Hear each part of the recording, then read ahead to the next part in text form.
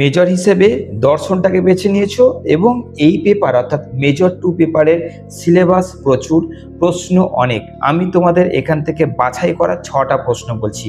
এই 6টা প্রশ্ন প্লাস তোমাদের কাছে যদি 2 মার্কস থাকে তবেই তোমাদের এই পেপারটা ভালো পড়া হবে বা ভালো পরীক্ষা হবে।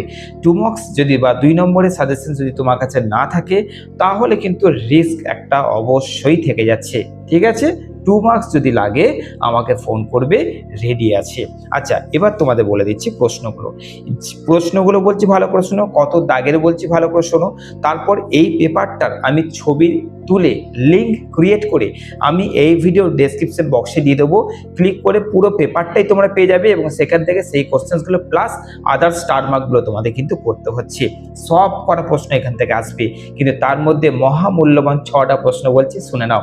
প্রথম যে প্রশ্ন করতে হচ্ছে সেটা হচ্ছে বিবেকানন্দের ব্যবহারিক এবং বিশ্বজনীন ধর্ম। বিবেকানন্দের ব্যবহারিক বেদান্তের ধারণা আর বিশ্বজনীন ধর্মের আদর্শ, এই একটা প্রশ্ন। বিবেকানন্দ যেহেতু আছে তাই বললাম। আচ্ছা, দুটোই ধরো। আচ্ছা, নেক্সট হচ্ছে তোমাদের করতে হবে রবীন্দ্রনাথ ঠাকুর কিভাবে প্রকৃতি ও মানুষের সম্পর্ককে ব্যাখ্যা করেছে, এইটা গেল নেক্সট কোশ্চেন। তারপর তোমাদের করতে হচ্ছে অরবিন্দের মতে মানব বিকাশ আলোচনা করো। এই কোশ্চেন্সটা এইভাবে আসতে পারে, ত্রিবিধ অন্তর বলতে কি বোঝো, বা এইভাবে আসতে পারে প্রসারণ, উদয়ন ও সমাহরণে ত্রিপাক্ষিক প্রক্রিয়া আলোচনা করো। এইরকম ভাবে এই কোশ্চেন্সটা আসতে পারে। তো এইটা হয়ে গেল। তারপর করবে অরবিন্দের পূর্ণযোগের স্বরূপ আলোচনা করো। নেক্সট যে প্রশ্ন করতে হবে সেটা হচ্ছে 8 দাগের রাধাকৃষ্ণনের মতে ধর্মীয় অভিজ্ঞতা ও মানুষের স্বরূপ আলোচনা করো। নেক্সট তোমাদের করতে হচ্ছে এটা তো হয়ে গেল, এখানে এই পাতাতে আর কিছু নেই, কারণ এই পাতাটা তোমাদের কাছে ছবি যাবে, এই পাতাতে আর কিছু করবে না। 1 2 5 6 8 4, ভালো করে শোনো, 1 2 5 6 8 4, ঠিক আছে? এই পাতাটা কিন্তু লিখে নাও বলছি, তাহলে কিন্তু ভুলে যাবে।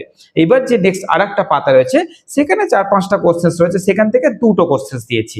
দুটো কোশ্চেন ভালো করে শোনো। এক হচ্ছে ইকবাল কিভাবে ঈশ্বরের অস্তিত্ব প্রতিপাদনে প্রযুক্ত কারণতা বা বিশ্বতাত্ত্বিক যুক্তির সমালোচনা করেছে, বা কোশ্চেনটা ঘুরিয়ে আসতে পারে ঈশ্বরের অস্তিত্ব প্রতিপাদনে প্রচলিত যুক্তিগুলি কারণ বা জগৎ বিষয়ক যুক্তি বা উদ্দেশ্যমূলক বা প্রয়োগমূলক যুক্তি বা তত্ত্ব বিষয়ক বা তাত্ত্বিক যুক্তি সবগুলো একই, কিন্তু এই কোশ্চেনটা করতে হচ্ছে প্রশ্নপত্রে দেখলে বুঝতে পেরে যাবে না। আরেকটা কোশ্চেন হচ্ছে রাধাকৃষ্ণ অর্থাৎ 19 দাগের রাধাকৃষ্ণনের মতে অন্তর্দৃষ্টি বা সংজ্ঞামূলক প্রতীতির স্বরূপ আলোচনা করো। এই কটা কোশ্চেন আগে তো করতেই হচ্ছে, তারপরে 2 নম্বরের সাজেশন নিতেই হচ্ছে, তারপর বাকি স্টার মার্ক গুলো, তারপর বাকি কোশ্চেন গুলো, তবেই তোমাদের সেকেন্ড এই পেপারটা কিন্তু দারুণ পরীক্ষা হবে। অপেক্ষা করলাম, বহুজন নোট নিচ্ছে, তোমরাও নিয়ে নাও।